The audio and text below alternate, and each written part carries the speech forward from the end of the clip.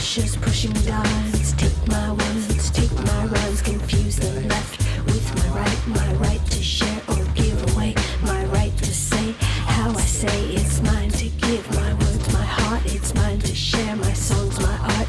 Not an invite to abuse, just permission to reuse, incorporate or to refine. Chop it up and recombine. Chop it up and recombine.